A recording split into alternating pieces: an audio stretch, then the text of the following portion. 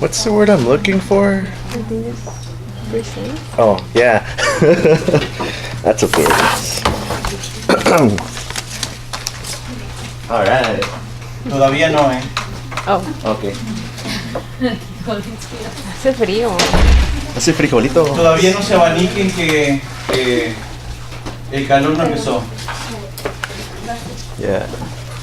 ¿Comprenden el dicho? No se abaniquen que el calor no empezó. El Don't dicho. fan yourself, the heat has not started. Hace frijolitos. ¿No? ¿Ese dicho? ¿No? ¿Hay algún otro dicho que se dice en México? Ah, ¿A eso no? Similar, ¿no? ¿Abanico? No, No. no sé. No se abaniquen que todavía el calor no empezó. Así se dice, abanico. ¿Sí? ¿Qué quiere decir? Como que no se Quiere decir que no empiecen, que todavía la cámara no está lista. oh, Ok, gracias. Está filmando. cámara y acción. Hace frío. ¿Quieres jacket? No, porque me pongo nerviosa. Oh, ok, sí. ¿Listo? Listo. Alright. Buenos días, compañeros de clase. Buenas tardes. Buenas tardes, compañeros de clase de Español 301. Yo soy Eduardo y esta es mi compañera Jocelyn. Y hoy vamos a presentarles Diego Rivera. Diego Rivera. So, ¿quién fue Diego Rivera? Nacido en 1886, Diego Rivera es se puede decir que es el muralista más destacado de América. Nacido en México y perfectó su estilo en París. Voy a empezarle hablándole sobre sus murales, sobre lo que tenían que ver, en vez de enfocarme en su biografía e historia personal. Este se llama El Levantamiento.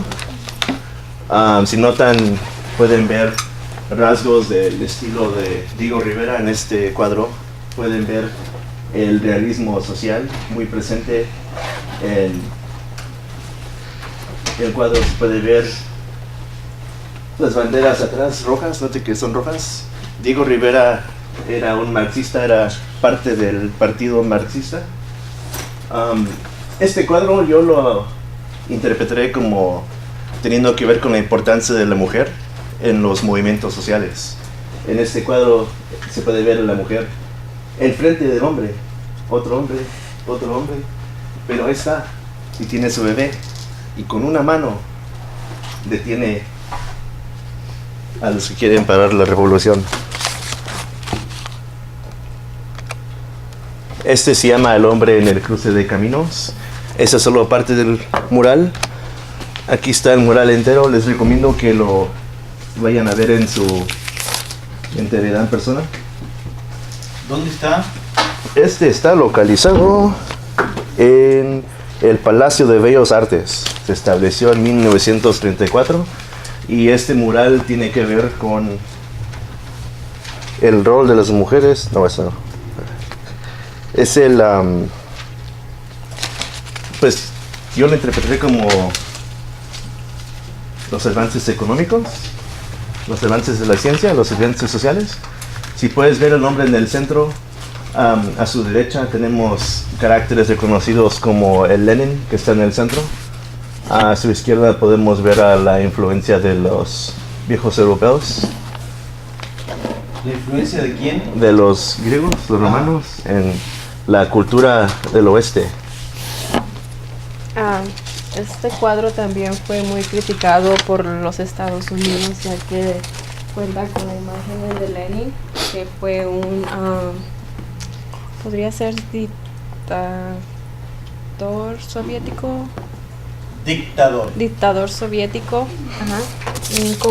que tenía influencias con comunistas en la Unión Soviética.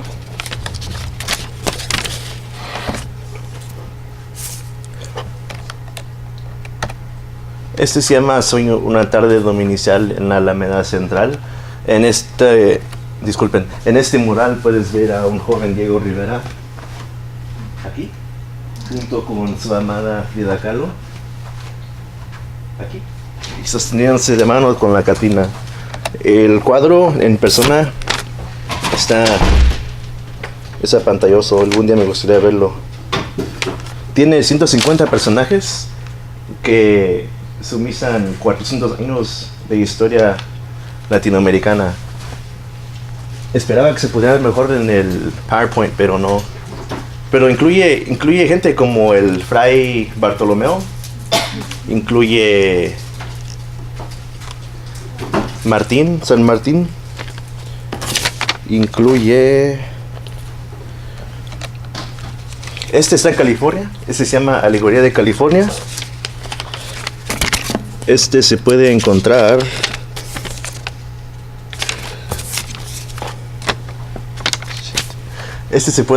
aquí en San Francisco, 1 hora y media.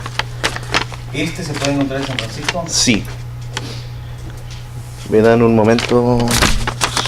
La calle está 155 Sur, Sanson Street. Bueno, este no, disculpen. Este me gustó porque se llama La Alegoría de California y tiene mucho que ver con el estado de California, que me encanta. Aquí tenemos representando a la diosa Califia. Este es algo interesante sobre la biografía de Diego Rivera. La representante de Califia, la diosa de la tierra, fue Helen Willis, que era una de las amadas de Diego Rivera.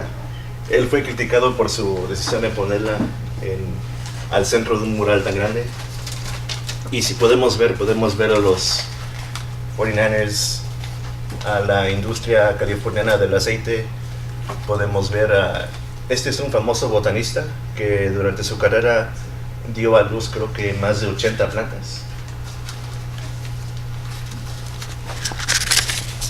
Y luego si observan pueden ver hasta los redwoods aquí honorando a las compañías de madera que se pueden encontrar como 1 hora norte en un pueblo que se llama Boulder Creek.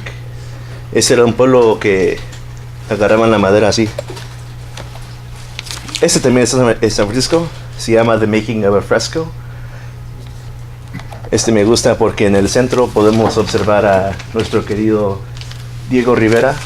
Y no sé si han notado, pero en sus murales tiene un aspecto le enfoca mucha importancia al trabajador, en especial a este.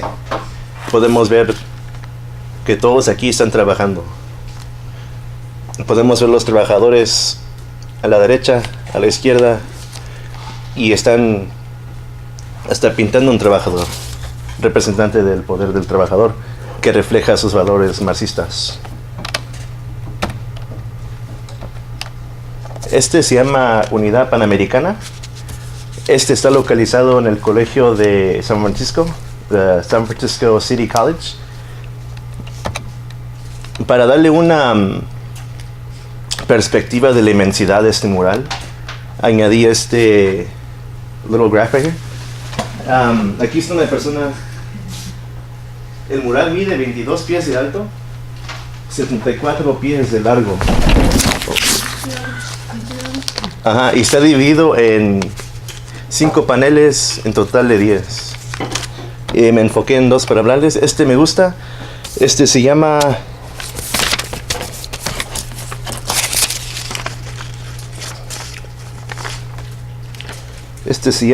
La Unión de Expresión Artística del Norte y el Sur de este continente.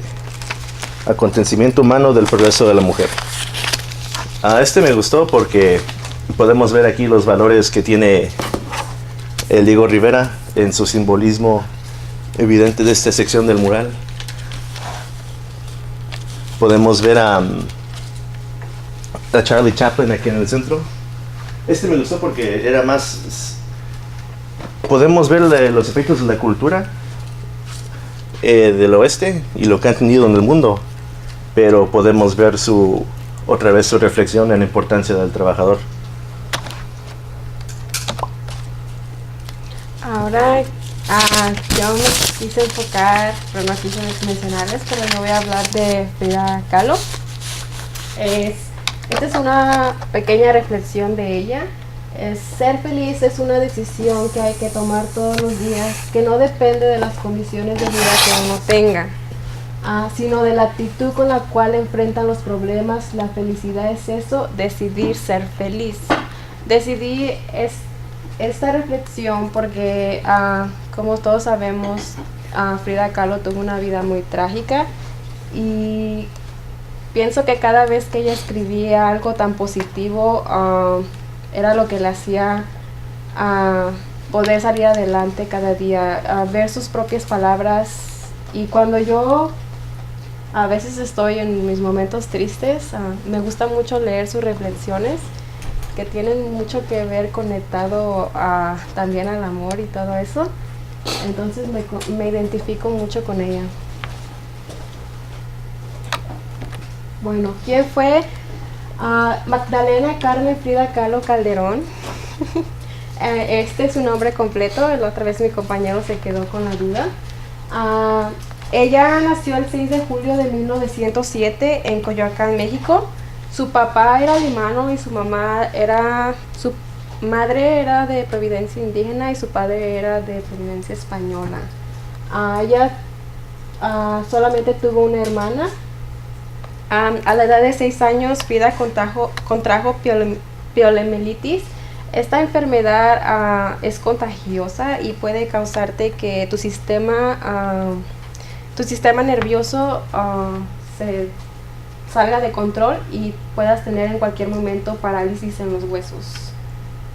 Y esto es lo que le pasó a ella. Ella tuvo en su pierna y de ahí fue donde ella empezó a quedar, ¿puedo decir? No quiero decir manca. Renga, renga.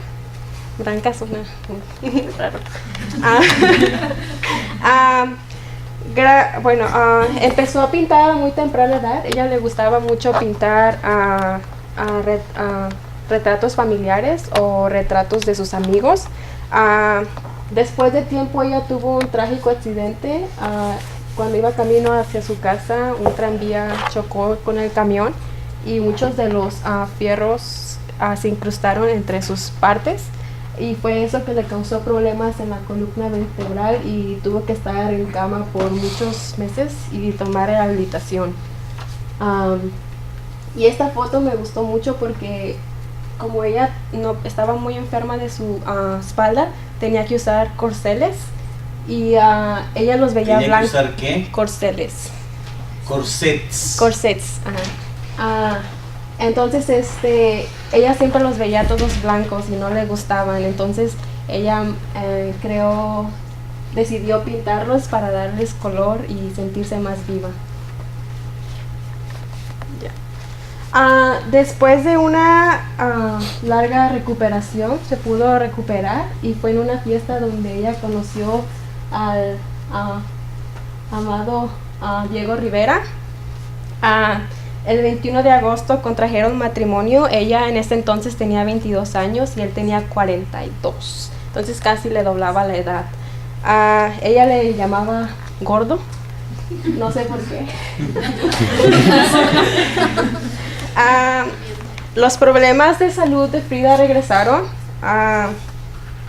Desgraciadamente, a causa de esto, ella tuvo un divorcio, pero después de un año ellos se volvieron a casar, pero esta vez Frida puso términos y varios años ellos vivieron en la misma casa, pero no tenían contacto íntimo y cada uno tenía que pagar sus propios gastos y ella encontró la manera porque era muy dependiente a él. Él dependía mucho en la forma que él le daba dinero para sus operaciones, porque ella después de su accidente casi tuvo más de 30 operaciones. Entonces ella encontró en la pintura la forma de independizarse de Diego Rivera, que vendía sus pinturas y le iba muy bien. Entonces fue cuando ella decidió independizarse de esa manera de él. Y ahora les voy a hablar sobre algunas de dos pinturas que me gustaron mucho de ella. Esta pintura se llama Henry Ford Hospital. Esta pintura demuestra Frida se pintó porque desgraciadamente después del accidente ella ya no podía tener hijos, pero al final, después de 3 intentos y de tres intentos pudo tener un hijo, pero desgraciadamente no duró mucho el embarazo y tuvo que someterse a un aborto. En ella se pinta pues acostada en la cama llorando con toda la sangre encima, y estas venas significan son como venas sanguíneas y están deteniendo los diferentes objetos alrededor, como por ejemplo pues aquí está su feto de ella, de su bebé, aquí está su parte de la mujer que para ella quedó totalmente deshecha porque ya nunca más iba a volver a tener hijos, y así es como también el accidente dejó su aparato. Este caracol significa cómo a ella se le fue tan lento el tiempo cuando ella se estaba sometiendo al aborto. Esta flor es una flor violeta, significa sexualidad, que significa la forma en cómo crearon a su hijo. Y esta para ella dice que en una entrevista, bueno, que le hicieron, decía que era un compresor de aire y compresor de gas. Y ya lo puso simbolizando, no sé si se han fijado, los abortos existen esas máquinas que absorben a los bebés.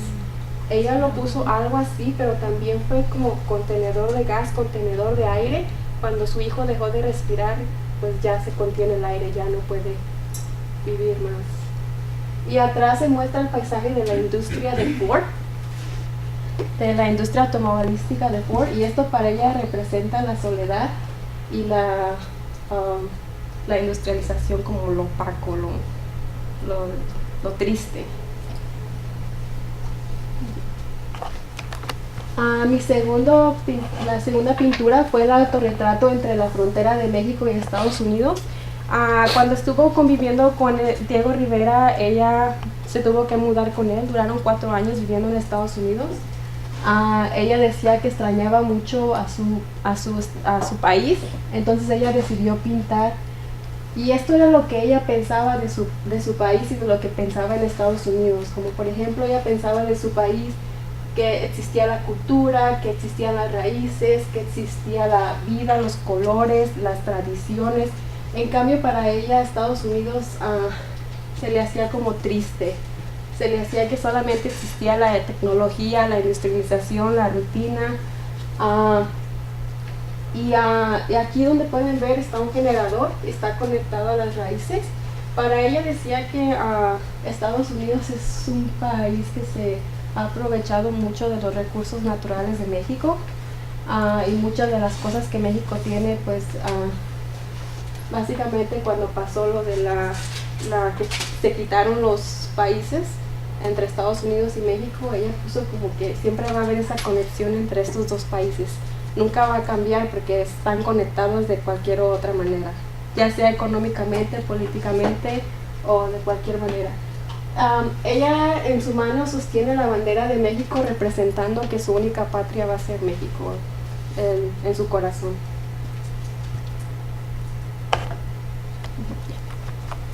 Ahora, después de que les platiqué un poquito de ella, les quiero comentar cosas que yo aprendí sobre esta investigación que no sabía. Tanto Diego Rivera y Frida Kahlo fueron participantes en el Partido Comunista Mexicano. Diego Rivera ayudó y dio asilo a León Trotsky. León Trotsky fue como les dije, un gobernador soviético que era comunista también. Entonces él fue, muchos de los países no lo querían, estaba siempre huyendo. Entonces él no sabía a dónde huir más, y él recibió el apoyo de Diego Rivera, que habló con el presidente venustiano, creo que estaba en ese tiempo venustiano, y fueron la única manera que le dio asilo en México. También encontré que en el 2008 se encontró una carta que Albert Einstein escribió a Diego Rivera para reconocerle el magnífico trabajo de los murales en Nueva York. Lo tienen en el Museo de Diego Rivera, tienen la carta, en el 2008 la encontraron y es súper increíble porque saber que el hombre más inteligente del mundo reconocía a alguno de nuestros pintores mexicanos. Entonces me gustó mucho, y me gustó mucho las palabras que él le dijo expresando cómo se sentía feliz de que él estuviera haciendo algo en Nueva York. Diego Rivera se casó 4 veces y tuvo más de 50 amantes. Una de ellas fue la famosa actriz María Félix, y también fue la hermana de la pintora Kahlo. Cuando estaba casado con Frida Kahlo, Diego Rivera desgraciadamente mantuvo una relación con su hermana también. La engañó con su propia hermana. Se dice que Frida Kahlo mantenía romances con mujeres. Frida Kahlo le gustaba mucho vestirse como hombre, y decían que después de su accidente, como ya no podía tener hijos, decidió por optar a tener romances con mujeres. Pero eso se dice, puede que sí. Y hoy en día las pinturas de Kahlo superan el precio comparado con las de Diego.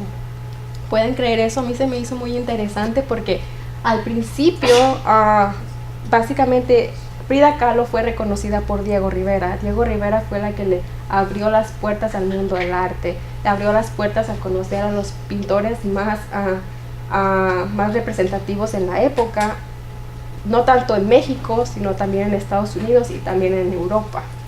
Y fue de las formas que ella también pudo hacer sus exhibiciones en París. Fue una de las primeras mexicanas en hacer una exhibición en París de sus pinturas. Ahora, su legado. Después de tantos tiempo, Frida murió. Ella pues ya no pudo más con su enfermedad y murió de una pulmonía. Después de que murió, Diego Rivera estaba planeando hacer un museo. Después de 3 años que Frida Kahlo murió, Diego Rivera ya tenía planeado hacer el museo, pero desgraciadamente él murió. Pero su hija una de sus hijas de él pudo levantar el proyecto. Y este museo se llama Diego Rivera Museo Anahuacalli, en Coyoacán, México. Y este museo contiene muchas piezas históricas precolombinas, porque Diego en sus tiempos le gustaba mucho recolectar historia o recolectar piezas prehispánicas o piezas precolombinas. Entonces todas las piezas que él pudo obtener las tienen ahorita en este museo, y viene siendo como muchas civilizaciones aztecas, mayas, olmecas, de todas las civilizaciones puedes encontrar aquí. Y también hay muchos de sus murales. Se puedes observar las copias originales de sus bocetos antes de empezar la pintura. Ahora les voy a hablar sobre los legados de los dos, Frida Kahlo y Diego Rivera. Este es el museo de Frida Kahlo, que en esos entonces era la casa de sus padres. Y este es el museo casa y estudio de Diego Rivera y Frida Kahlo, también en Coyoacán, México. Después de la muerte de Frida, Diego Rivera decidió regalar estas casas al gobierno para que se quedara como un monumento histórico. Y adentro se encuentra, cada quien tenía su casa. Entonces esta era la de Diego Rivera y esta era la de Frida Kahlo. Se decía que hicieron la casa así porque cada uno quería tener su propio tiempo, su propio espacio para ellos poder crear sus obras de arte. Muchas de sus obras de arte, las más representativas, fueron creadas en esta casa. Se cuenta que el pasadizo que tiene entre el medio era lo que unía las dos casas, y supuestamente lo crearon porque, como les dije, esta relación fue un poco complicada. Entonces siempre existían discusiones, y como no querían irse a otro lado, pues cada quien se voy a mi casa, ya me voy a mi casa, ya me voy a mi casa. Entonces se me hizo muy interesante. Creo que yo podría hacer eso en el futuro si me caso.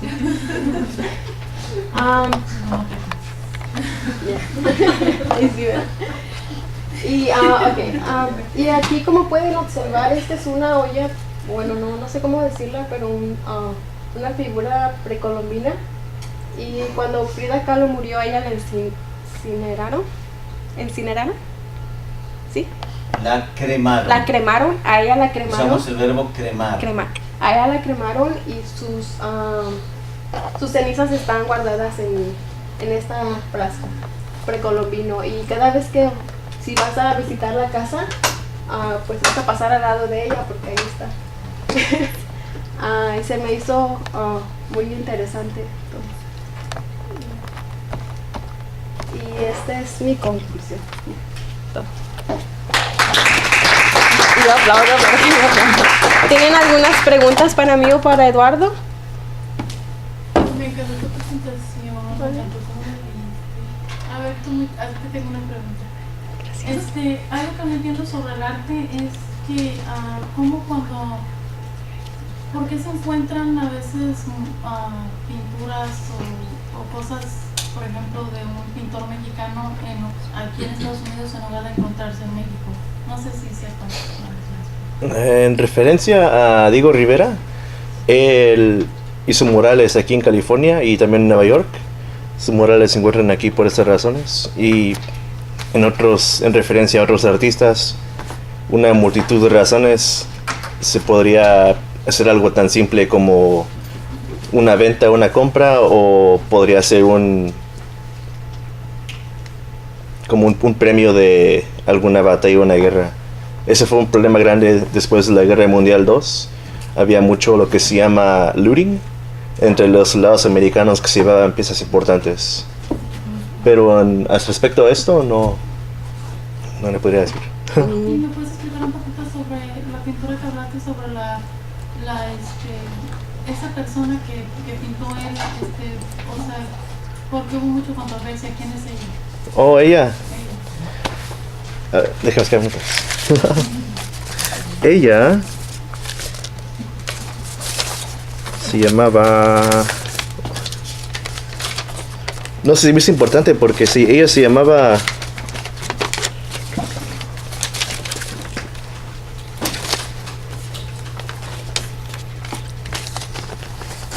Helen Willis, y ella jugaba tenis, era muy famosa, y era una de las amadas de Diego Rivera. Entonces la gente quiso saber, oye, pues era un poco como escandaloso ponerla a tu No, que él admiraba, entonces. no, amante. Ajá. Okay. Era algo escandaloso poner a su amante como la representante de la diosa Califia. Otro comentario a tu pregunta de que hiciste por qué Diego Rivera pintaba más en Estados Unidos que en otros países. Él empezó pintando en México, pero gracias a una beca que les dio el gobierno mexicano lo pudieron mandar a Italia. Pudo recorrer muchas partes de Europa y conocer a pintores reconocidos. Y fue donde empezó a cambiar sus formas de pintar, y su arte empezó a llegar como a otros lugares. Entonces él recibía invitaciones de que si podría pintar algo para ellos, y él fue como se empezó a desplazar en diferentes lugares.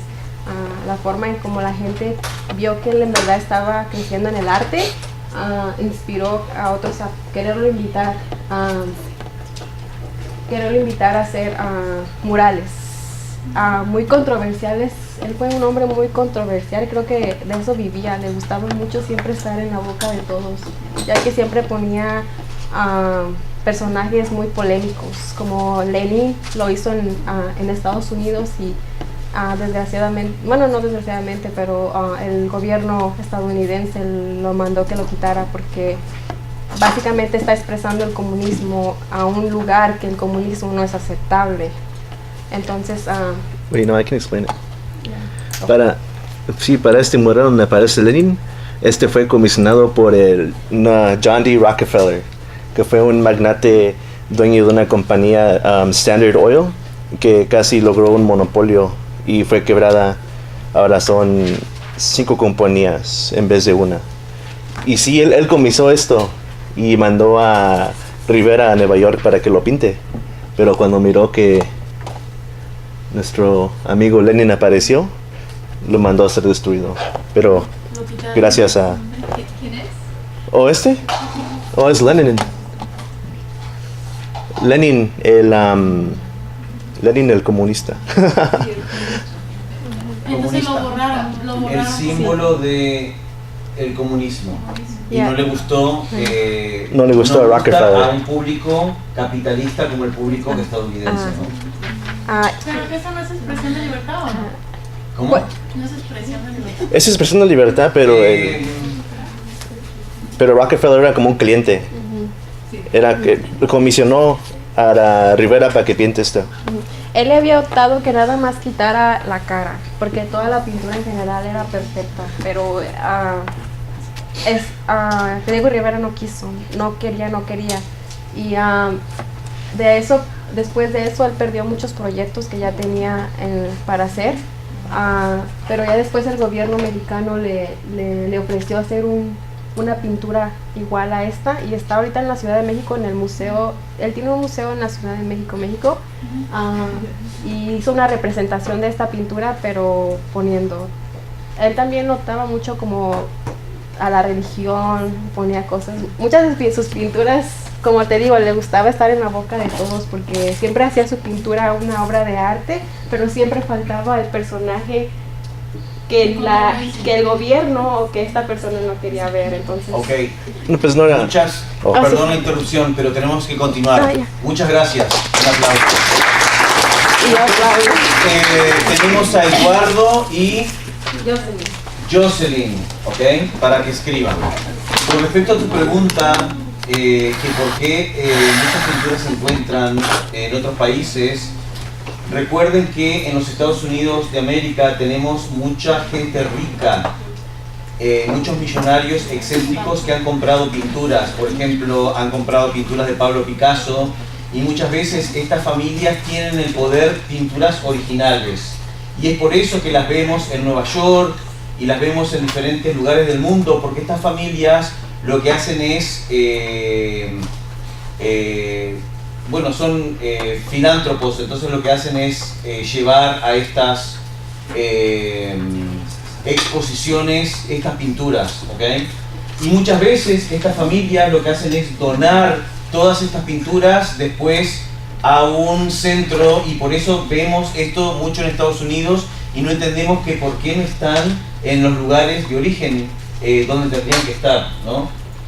Y es justamente por el poder adquisitivo de privados, que se llaman los privados, ¿okay? ¿El país vende las pinturas o la gente que...? La familia. Muchos estadounidenses que han comprado en subastas estas pinturas, y han comprado tanto que pueden tener muchas pinturas de Picasso. Por ejemplo, conozco gente en Carmel que tiene pinturas de Picasso en su casa porque las ha comprado, y hay muchas familias que han acumulado tantas pinturas que pueden formar como un mini museo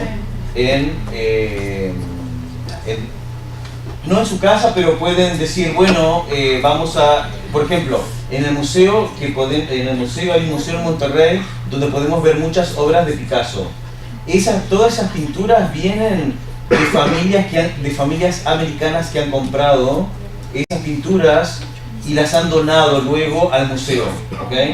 Algunos las han donado, otros dicen, bueno, te las presto por 2 meses o 3 meses, y es por eso que podemos ir al museo en Monterrey y ver todas esas pinturas de Pablo Picasso en vez de ir al país de donde es Pablo Picasso para verlas, ¿ok? Y a veces lo que se llaman concesiones.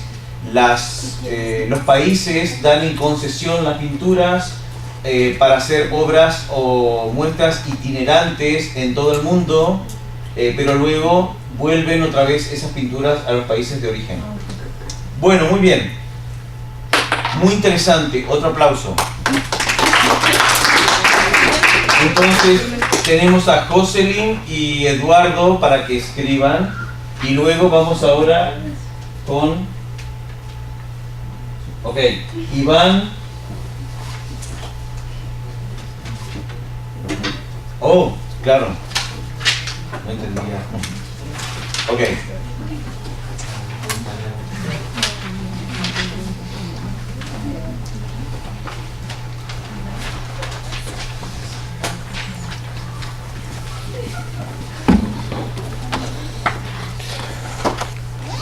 Se me olvidó todo. Ya se me olvidó todo. Sí. No, esa no la he visto. Ahora vamos a escuchar a Iván y Miguel. Miguel Casca e Iván Ruiz. Santos.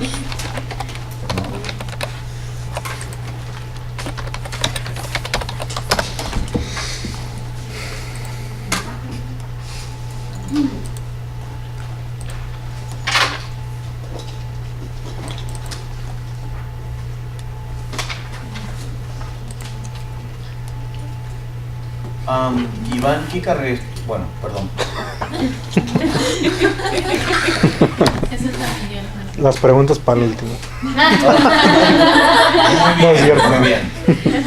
Vamos a escuchar a Miguel e Iván. Bueno, nuestra presentación es de kinesiología y ya soy Iván. Bien. Ok. Primero vamos a hablar sobre la tabla del contenido, que vamos a hablar sobre qué es la kinesiología. Vamos a aprender un poco de la historia, de dónde viene la kinesiología, por qué se estudia la kinesiología y los beneficios de la kinesiología, la obesidad y tratamiento, que es un punto grave en la kinesiología, requisitos de la licenciatura en CSUMB y el bienestar de la salud, ejercicio la ciencia del ejercicio, perdón. Y vamos a comparar los dos, que vienen siendo la ciencia del ejercicio versus el bienestar de la salud, y vamos a hablar sobre qué es la organización del ACSM, las carreras disponibles en esta licenciatura, el salario y grandes carreras en el campo. Primeramente, ¿qué es la kinesiología? La palabra viene del origen kine, que significa movimiento, y la logía significa estudio. En 1886 el señor Swedish Baron fue el que introdujo primeramente la palabra kinesiología a Estados Unidos con el libro que se llama The Special Kinesiology of Educational Gymnastics. La concentración de esta kinesiología, de esta carrera, es de que estudia el movimiento del cuerpo, ya sea el sistema nervioso, los músculos, el esqueleto, los órganos, el sistema de sangre y las hormonas del cuerpo, entre otros. Y esta carrera fue diseñada para ayudar a la gente que están ya sea discapacitadas, que han tenido un accidente, que quieran ya sea mejorar su rendimiento de salud, entre otras cosas. La historia viene basada sobre los años 60.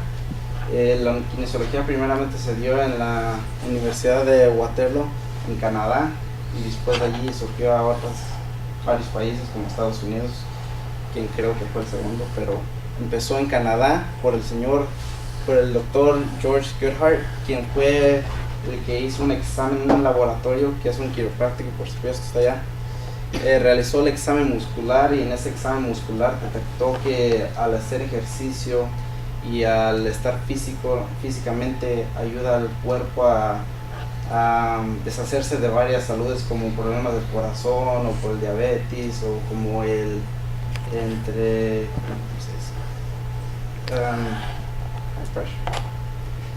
sobre el incremento de la presión alta, y entre otras cosas. También fue el primer médico olímpico que se dio en Estados Unidos, y él hizo estudios y organizaciones con laboratorios. Desde que este señor vino a Estados Unidos se enfocó y empezó a engrandecer la carrera más amplia, y empezaron a hacer laboratorios donde surgió como más adelante surgió la ACSM, que hablaremos en un momento, y el NSCSM, que es otra organización parecida, y entre otras cosas. Ahora, ¿por qué estudiar la kinesiología? Esta es una pregunta que muchos se hacen, porque la kinesiología es una carrera amplia, donde se puede ser doctor, se puede ser entrenador, se puede ser maestro, se puede ser terapista. Terapeuta. Esta carrera tiene asistencia a la gente que ha pasado por una fractura en un accidente, o ayuda a rehabilitar a las personas que tengan alguna cirugía o otras cosas. También ayuda como entrenador personal, que tal vez los hayan visto en el gimnasio donde están allí ayudándoles a otros a entrenarlos. Y entre otras cosas como preparador física, y eso es lo que hace la kinesiología, que tiene varios mecanismos donde se puede estudiar diferentes tipos de cosas. Bueno, ¿y cuáles son los beneficios de la kinesiología? Vamos a empezar con problemas en el aprendizaje y comprensión. Esto ayuda también, como hay gente que, unos estudios hay que cuando uno no se ejercita se pone estresado y así, entonces la kinesiología ayuda a desestresarlos, como por ejemplo la yoga. Unos hacen yoga y se relajan. Y también está la recuperación muscular, que es, como dijo mi compañero Miguel, en una cirugía o en un accidente, o también accidentes de trabajo que se lastiman por cargar cosas pesadas. La kinesiología trabaja con los músculos, y gracias a la rehabilitación eso ayuda a que las personas recuperen el movimiento. También viene siendo los dolores y tensiones leves, como ya dije, cargar cosas pesadas como en una forma incorrecta. Y también ayuda a mantener en forma a las personas mayores. Por ejemplo, ya cuando uno está haciendo viejito, ya no pueden cargar muchas cosas, no pueden hacer ciertas actividades, y entonces hay veces que ven ustedes a los viejitos o así, a la gente mayor en los gimnasios, y lo que ellos hacen es pues solo ir a hacer ejercicio, caminar, levantar pesas, para mantener la fuerza también, para que no estén simplemente sentados o no poder hacer nada. Les comenté que la obesidad era un punto muy grande en la carrera de la kinesiología, porque no sé si se han dado cuenta que muchos kinesiólogos siempre te recomiendan, no es necesario comer tanta comida, si nada más puedes comer poquito, o te dicen, debería de estar físicamente porque esto y esto. A veces yo, como antes que no era kinesiólogo, me aburría que me dijeran todo eso los kinesiólogos, ¿verdad?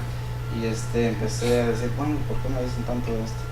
Y descubrí que a fondo de la carrera la obesidad es un punto muy grande para ellos. O sea, te quieren ayudar, pero a veces uno no quiere la ayuda, pero todos ahí están, muévete. Y bueno, la obesidad, quería hablar un poco de ella.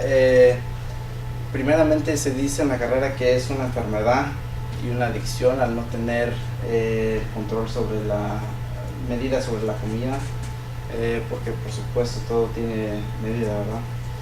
Y proviene con riesgo a futuro, como problemas del corazón, diabetes, la alta azúcar, la presión y todo eso.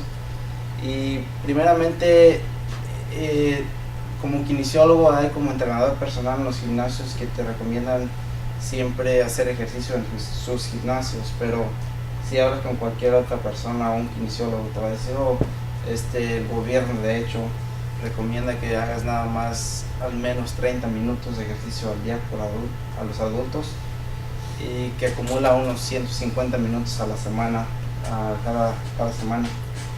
Y hay diferentes etapas, como para los jóvenes hay otros que son como 60 minutos al día, y en comparación a los adultos, ya sea para los que están más de edad como los ancianos, es diferente. Pero bueno, sobre todo el consejo que dan es que combatir la obesidad por los problemas que provienen y por los que trae, y sobre todo cuidar tu salud. Hice un poco de investigación, no es muy reciente, hace como 2 años. Se decía que allá por Arabia, por los países de Árabe, eran los que más tenían problemas de obesidad, y a comparación que le sigue a México en segundo lugar, y ya después de ahí sale Estados Unidos. Pero hice un poco más de investigación y se dice que todo eso está cambiando. O sea, el número uno va a ser Estados Unidos por sus comidas rápidas y todo lo que está pasando. Y ese es un problema, y eso es algo que en los laboratorios están estudiando por qué, pero yo me pregunto la pregunta, y sé que es muy obvia, porque Estados Unidos se pudiera decir que es el país número uno que tiene más comida rápida en comparación a otros países. Pero eso es nada más mi punto de vista, pero todavía no se sabe. Bueno, vamos a meternos más entre la carrera aquí en el campus universitario del CSUMB. Y para esta carrera se ocupan completar los siguientes cursos que ven aquí enseguida. Ahí, como ven, casi todos son de kinesiología, excepto el último, que viene siendo Stats 100.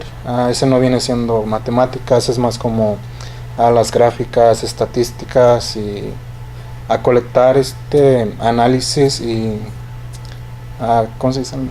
Recursos como investigaciones para averiguar también, como lo que habló mi compañero Miguel, para sacar todo lo que viene siendo las estadísticas.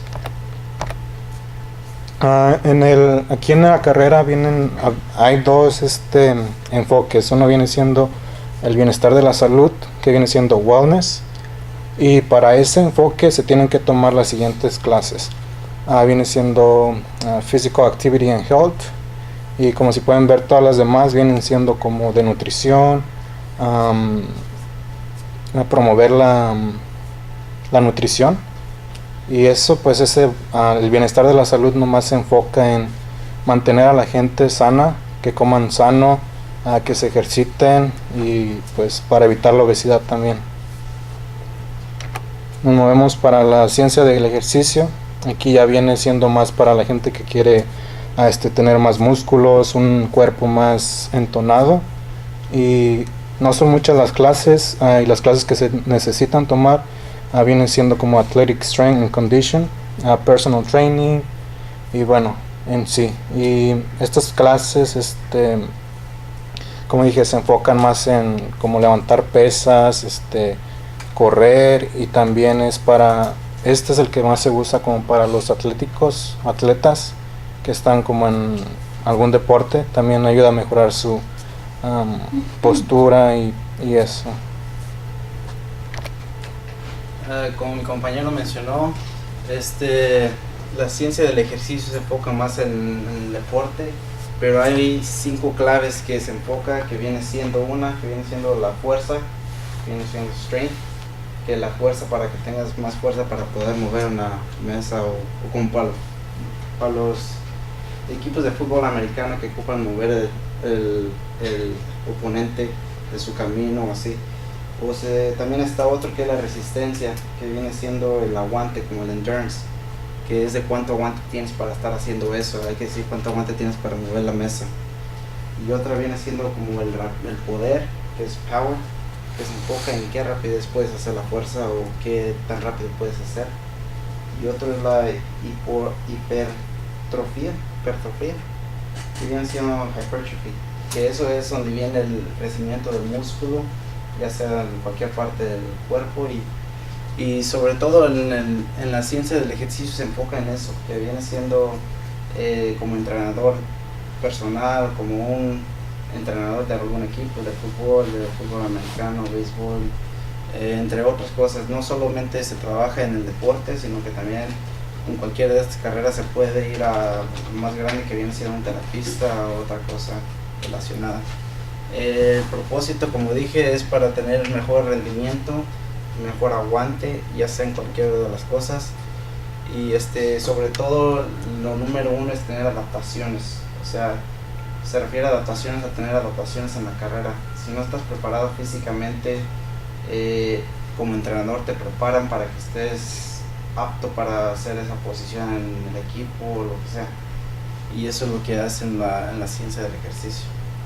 Okay, para la ciencia el bienestar de la salud es como mencioné, es mantenerse saludable, comer bien, también tener varias dietas. No estoy diciendo como ya no voy a comer tanta chuchería o así, pero balancear las cosas para que se mantenga uno saludable.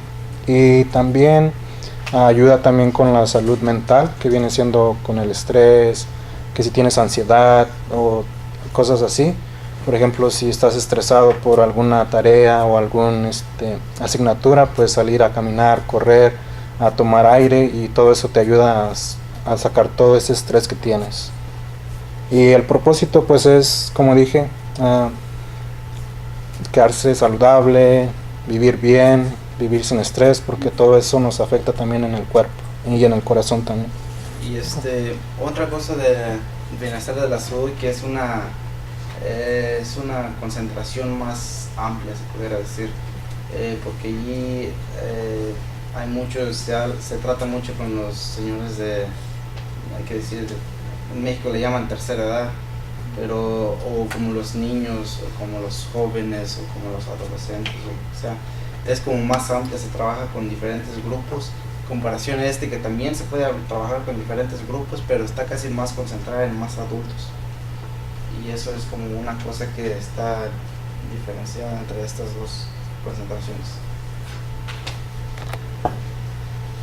Como les mencioné, el ACSM es el American College of Sports Medicine, que es una organización conocida mundialmente, que estudia la ciencia del deporte, y ya tiene más, hasta el día de ayer creo que tiene más de 50,000 miembros. Los miembros son como, hay que decir, por ejemplo, yo soy un miembro. Como kinesiólogo tienes que tomar el capstone, este es un requisito si lo quieres, pero si no puedes hacer una presentación con un grupo o un proyecto o algo. Pero esto muchos kinesiólogos toman esta organización muy en cuenta, porque es como tener otra licenciatura aparte, se pudiera decir, o alguna concentración o un papel que diga, sabes que él está apto para hacer esto, que menciona que puede hacer. Y el ACSM lo que hace es descubre nuevos métodos para poder ayudar a la gente en ciertas áreas. Estudia, encuentra estudios de gente que haya pasado por hay que decir, esta persona pasó por un accidente, cuál fue la razón por la que su pierna se destrozó completamente, hay que decir, y ellos hacen estudios y van viendo qué es lo que se tiene que hacer, y ponen siempre casi artículos en sus páginas de internet para los que están conocidos o miembros que son del ACSM, para que ellos se den cuenta que son algunas de las cosas que se pudieran hacer. Y hacen prácticas, como dije, tienen laboratorios también, donde hacen sus prácticas de lo que descubren. Y sobre todo crean miembros para gente. Ellos ocupan gente que salga al mundo y diga, sabes qué, necesitas hacer esto y esto, y te va a ayudar hay que decir, para el diabetes, o te va a ayudar para tu corazón, o para tu salud en general. Y esta tiene, por cierto, tiene diferentes ramas. Tiene una que es entrenador personal, está un certificado especial para eso, o tiene otro que es como Exercise Science, el ejercicio de la ciencia, que viene siendo otro título, y así va procesando los títulos que tiene la organización. Los certificados cuestan alrededor de 150 a 400 si eres miembro, y si no eres miembro te cuesta el certificado alrededor de 300 hasta $300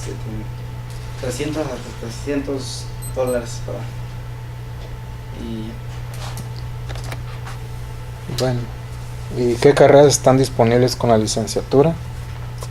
Una de la ciencia, como comenté, es instructor de fitness, promoción de la salud, entrenador personal, fuerza y acondicionamiento táctico, que viene siendo como en inglés el nombre strength and conditioning, que donde es comenzó todo esto que les mencioné de los 4 de fuerza, resistencia, poder y hipertrofia. Trabaja todo eso, y también rehabilitación de cardíaca, que es otra de las carreras que hacen los alumnos de la ciencia del ejercicio. Y para la carrera del bienestar, para el enfoque de bienestar, ahí está la salud y bienestar, como educador de salud escolar, educador de conciencia nutricional, profesional de salud y fitness. Y pues como mencioné, ya ven, también en las escuelas hay veces que hacen programas para los padres, para educarlos y decirles estas son el tipo de comida que deben de comer, cuánta porción y todo eso. Y también está otra que dice administrador de gimnasio, y pues sí, básicamente conoces el gimnasio, sabes qué máquina te ayuda para qué y cosas así. ¿Cuánto sería tu sueldo? Como cualquier otra carrera, depende mucho de tu experiencia y de la educación que tengas, pero alrededor, la porción más o menos que la gente viene ganando es de entre 40,000 a 79,000 al año, y esto es con el certificado con la licenciatura de kinesiología, y más aparte se pudiera considerar también el ACSM, que es otro certificado a un lado. Pero si eres como doctor o terapista o algo, pues vienes ganando más que eso, llegan a ganar hasta $150,000 al año, que el compañero Wagner. Y aquí, como ven en esa imagen, aquí están los años de experiencia, que viene siendo de 1 a 4, que es el 20%, 5 a 9 años, 20%. Bueno, en fin, aquí muestra también que las mujeres duran un poquito más en la kinesiología, con más años de experiencia, y pues ellas vienen ganando de 58 hasta $101,000. Por el otro lado, los hombres pues tienen menos años de experiencia o no se quedan mucho tiempo en esa área, por eso es que ganan más o menos como de $50,000. Y esto se pudiera basar porque muchas mujeres quieren ser terapistas y se van a lo más grande, y como hombre te gusta más estar en forma y todo, te vas a un gimnasio que te pagan mucho menos que a un terapista, y es por eso alguna de las razones por la cual hay una gran diferencia. Pero más que nada pues viene siendo la experiencia, y porque también como dijo Miguel, con la licenciatura también con los años de experiencia vas obteniendo más y más experiencia, y si te vas por el doctorado pues tal vez estás haciendo servicio comunitario o trabajando así, ganando experiencia, pero casi viene siendo un poquito lo mismo, pero también el aprendizaje pues viene de las experiencias también. Y bueno, en fin, pusimos las dos carreras porque estas son una de las carreras más conocidas y más grandes en el campo. Como pudieron ver, entrenador personal es muy común, casi cualquiera que se va primero a ser un entrenador personal. Los terapeutas y de rehabilitación de cardíaca también se está haciendo muy común. Instructor de fitness cardiovascular, que también se está haciendo como para hacer programas en el gimnasio con los adultos o con la gente de tercera edad, y muchos gerentes de profesional. Una de las carreras de mi preferencia que yo quiero hacer es profesor de educación física, que viene siendo PE teacher,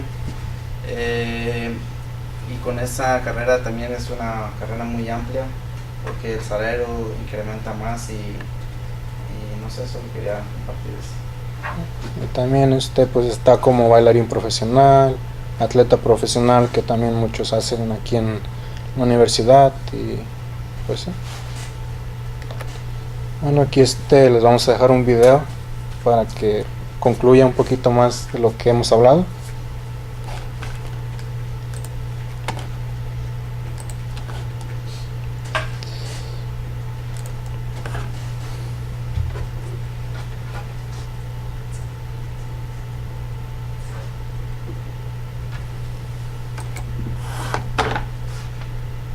Viene del griego kinesis, movimiento, y logos, tratado o estudio.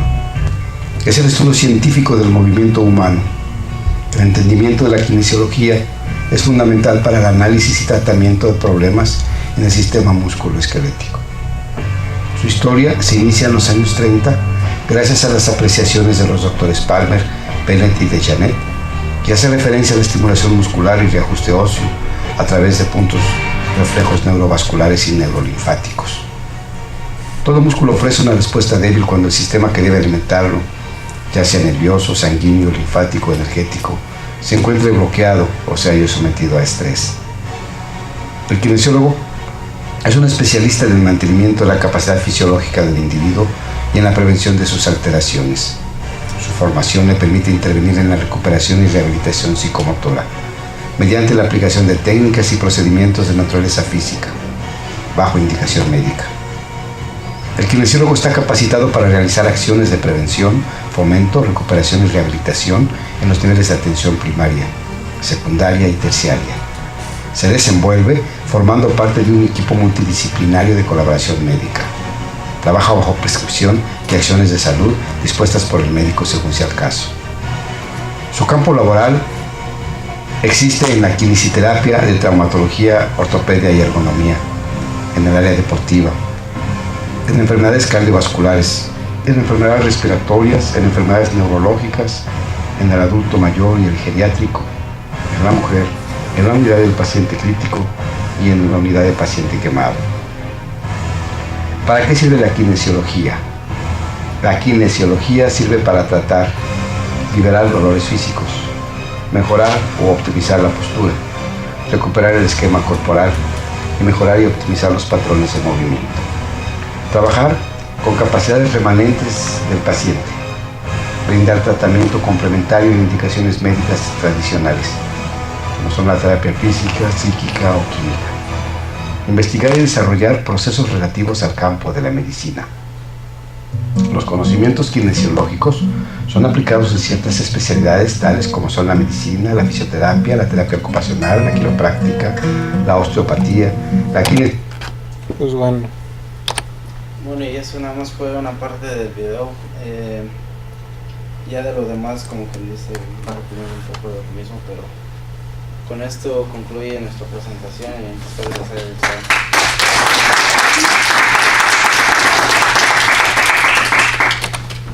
¿Preguntas?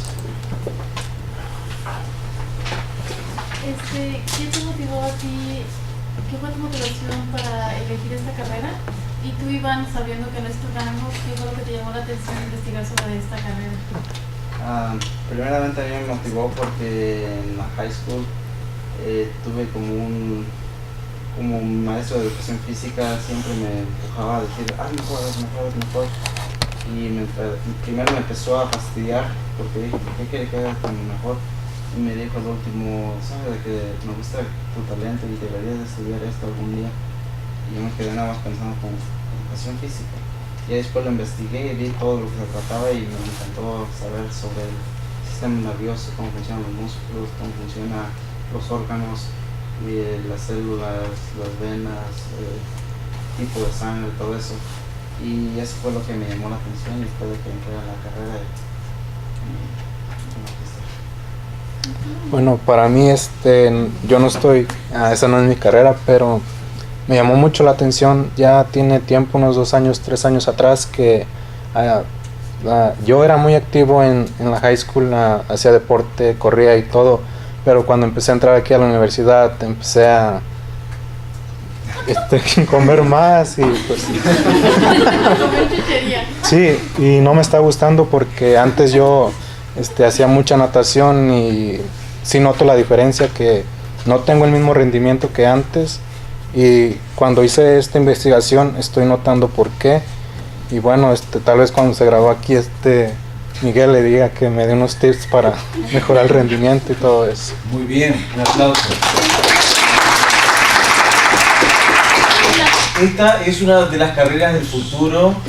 Muchos médicos están estudiando kinesiología para saber más. Y si te interesa expandir el área en Latinoamérica, se puede ver en Buenos Aires que hay muchos kinesiólogos que lo que están haciendo es tratando de incorporar y trabajar con gente, identificar grupos que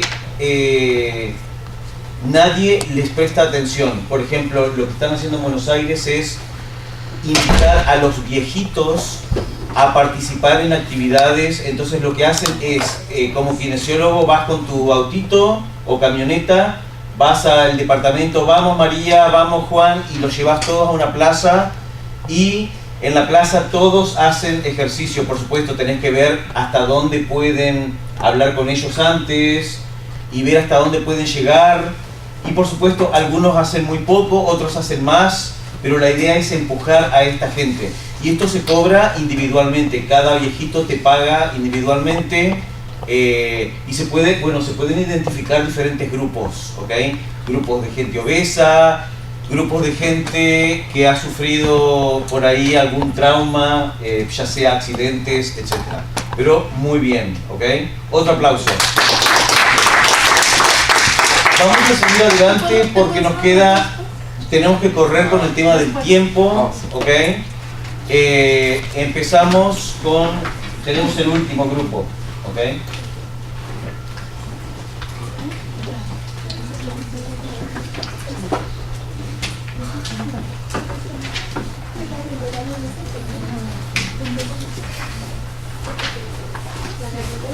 ¿Les falta hojas o tienen?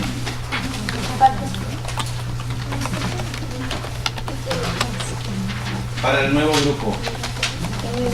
Ok, gracias.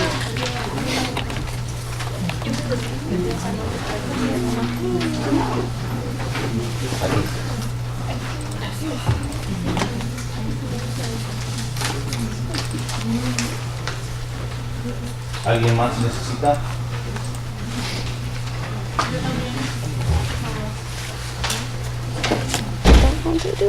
Ok.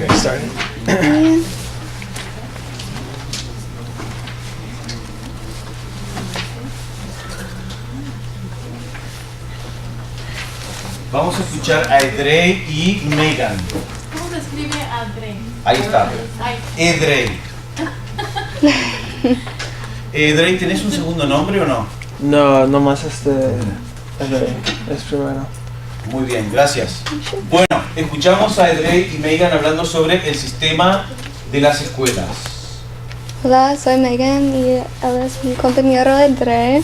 Y esta presentación sobre sistemas de las escuelas en España y los Estados Unidos. En España hay 4 escuelas de España: local, privado, bilingüe y internacional. Y en todas las escuelas hay 4 secciones: educación infantil, escuela primaria, educación secundaria y bachillerato. Y para educación infantil es opcional.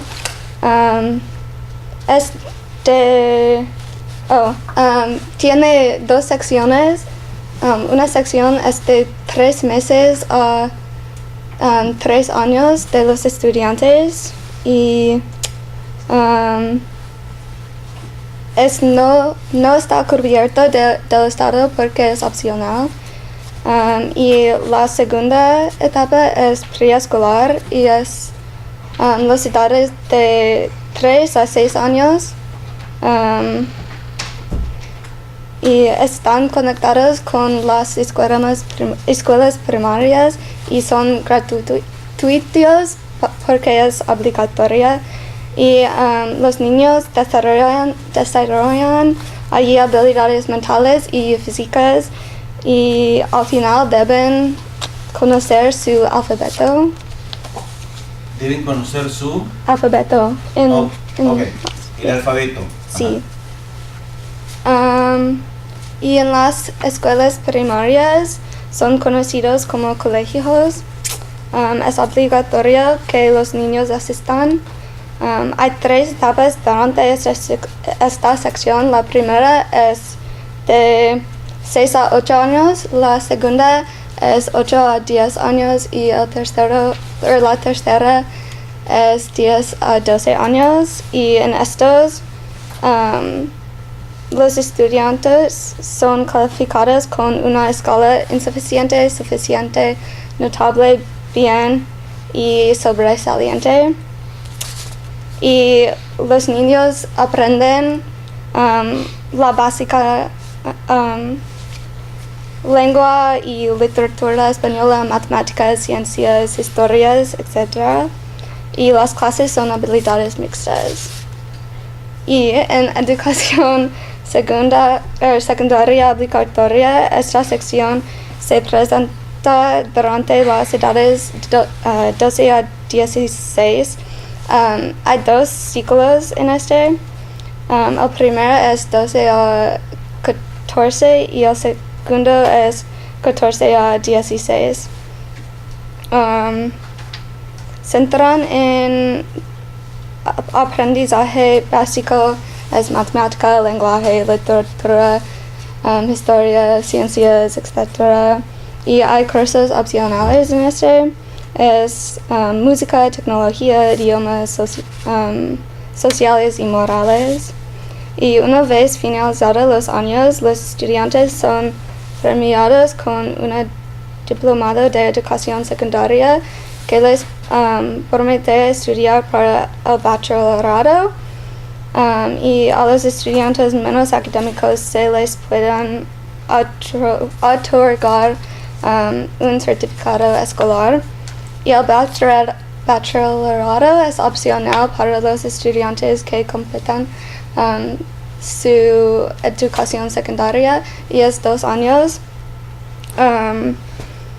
Y necesito estudiar ciencias naturales y salud y historia y los otros, literatura, lenguaje, para 2 años más. Y toman un examen en el final y con un examen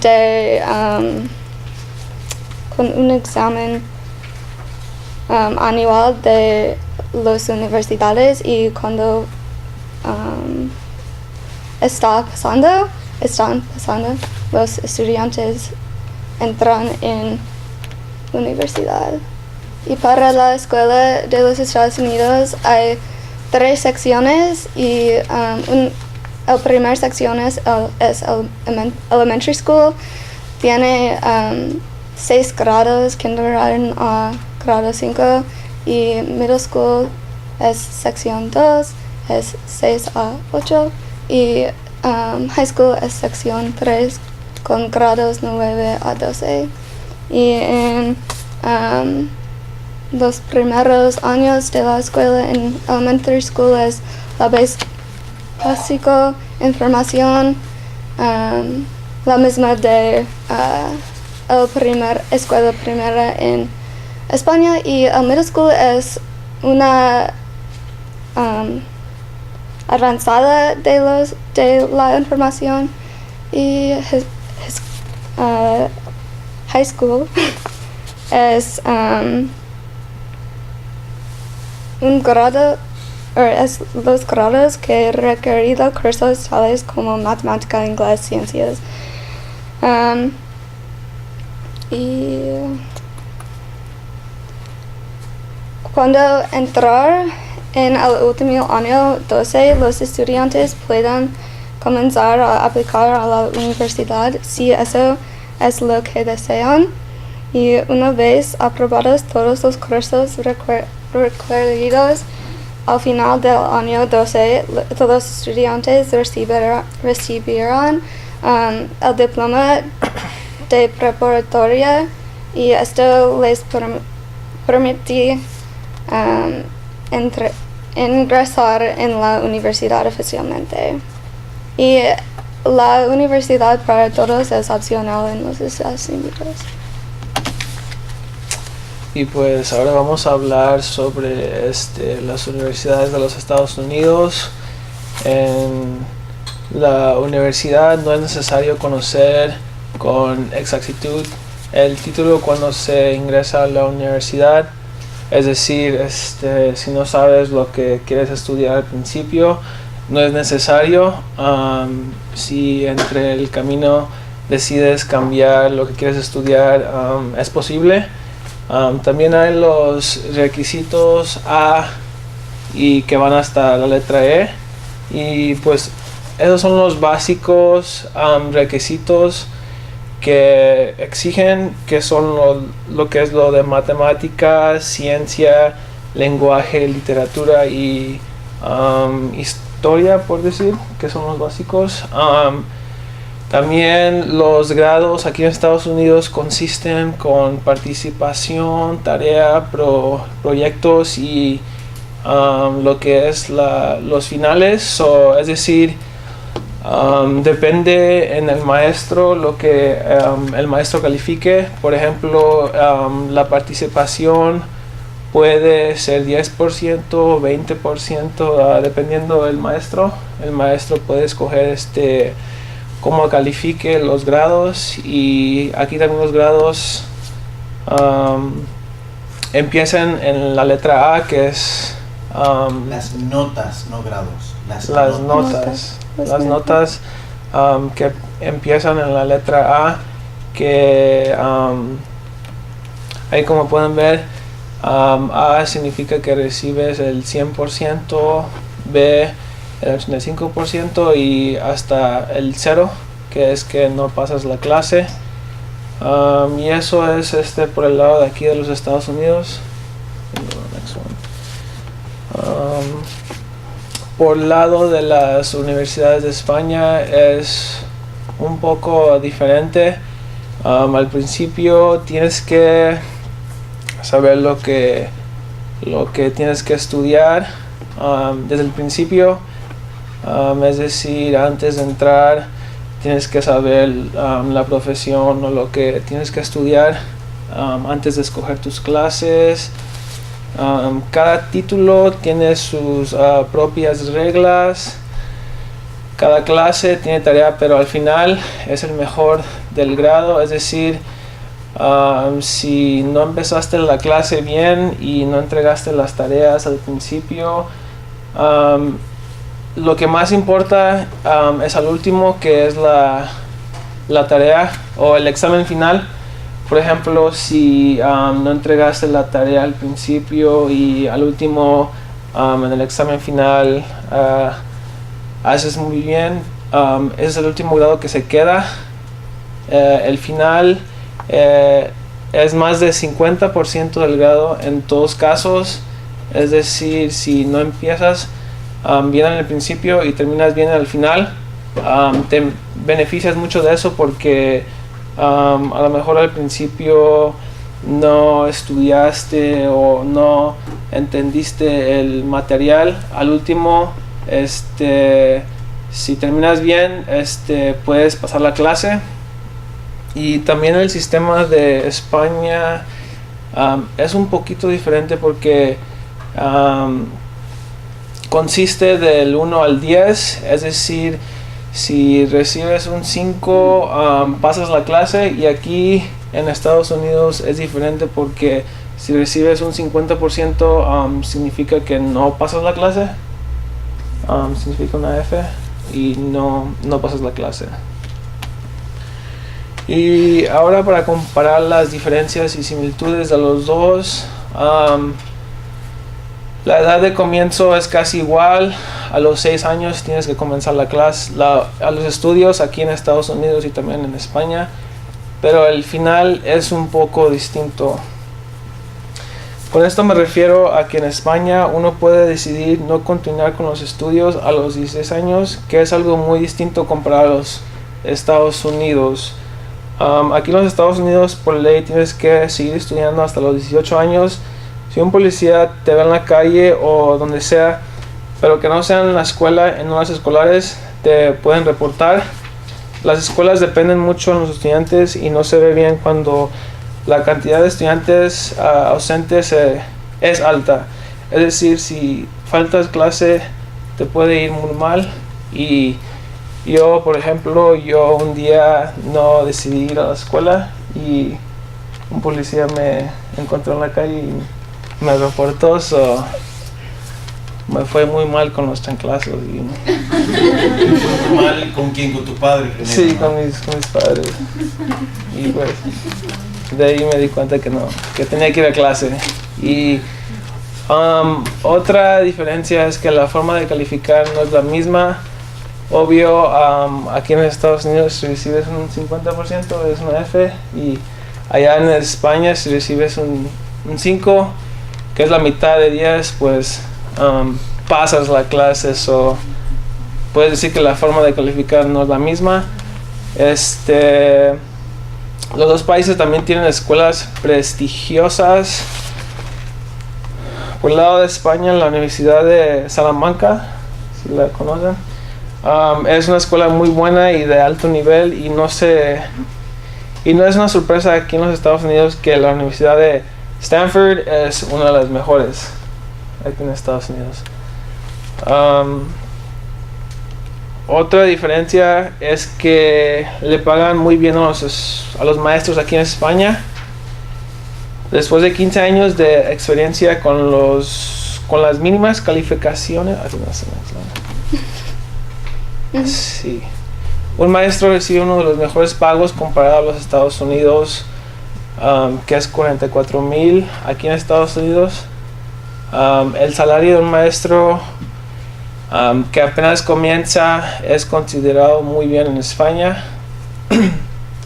Y bueno, perdón, esa cifra que está dando los Estados Unidos depende también del estado. El estado de California es mayor que 44,000. ¿Por qué? Porque el estado de California es más caro que vivir, por ejemplo, North Carolina.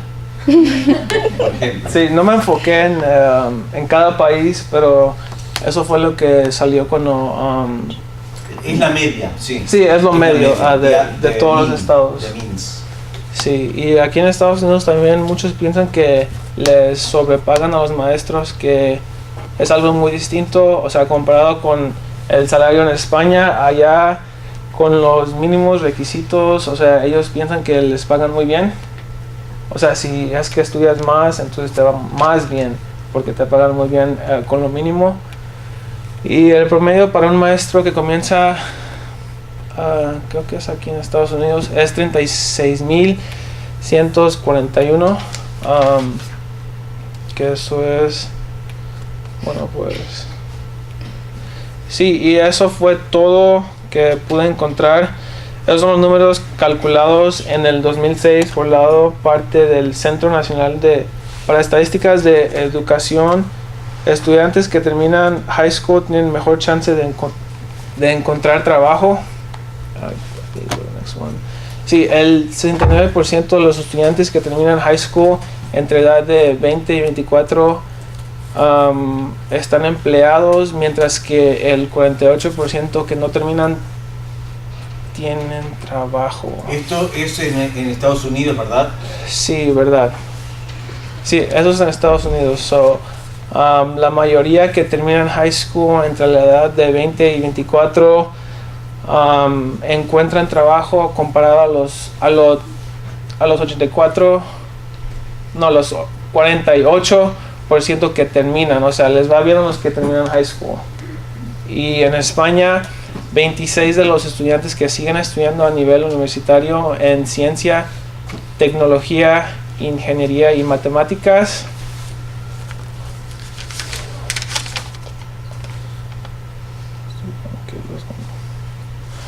entonces en España hay más estudiantes que deciden estudiar en ciencia, tecnología, ingeniería y matemáticas, que son los estudios fundamentales para la economía de un estado. Es decir, España tiene uno de los niveles más altos de los estudiantes que escogen a estudiar en estas materias, que es algo muy bien para la economía. 18% de las personas en España no tienen trabajo, por lo que indica que algo tiene que ver con que muchas personas deciden no continuar estudiando. Por ejemplo, si ves el porcentaje de las personas que no están trabajando, puedes decir que por parte es que en España puedes decidir no estudiar a los 16 años, y por eso es que mucha de la gente no está empleada en España, porque a los 16 años no pueden decidir no decidir estudiando, y por eso creo que afecta a las personas que no están trabajando, y por eso es que mucha de la gente no está trabajando, pues, porque deciden no estudiar. Is there one more? Oh, you can go to the last one.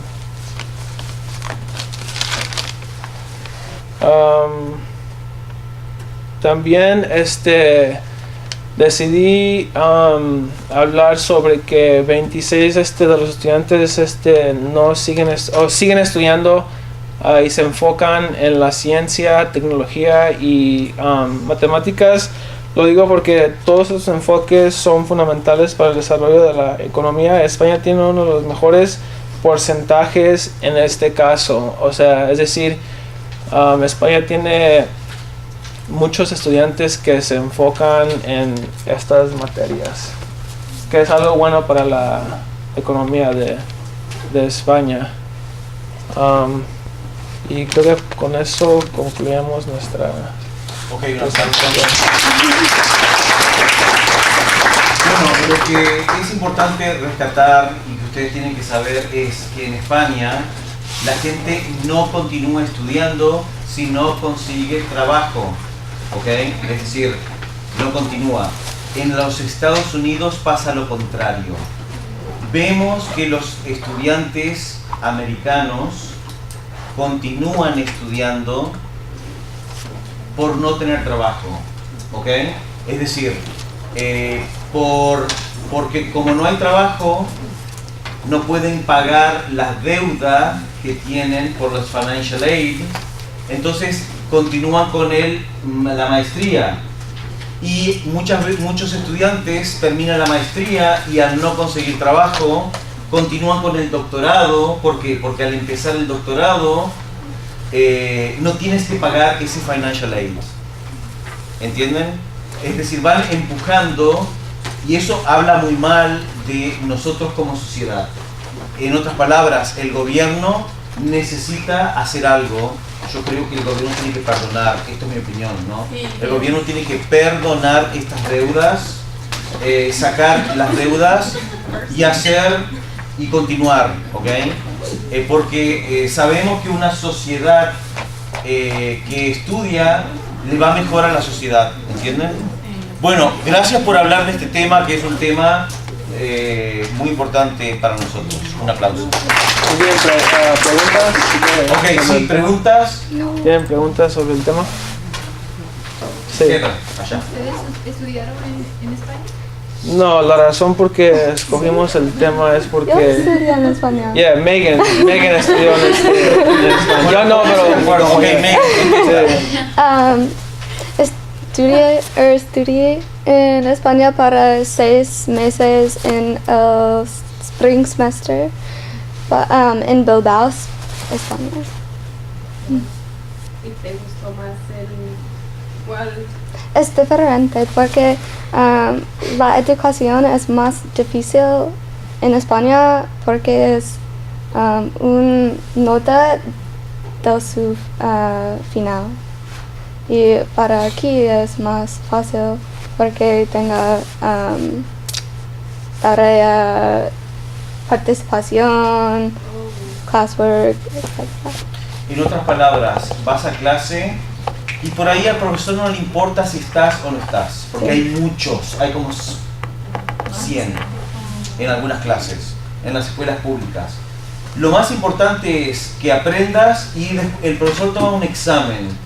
Si no pasas ese examen, no pasas la clase.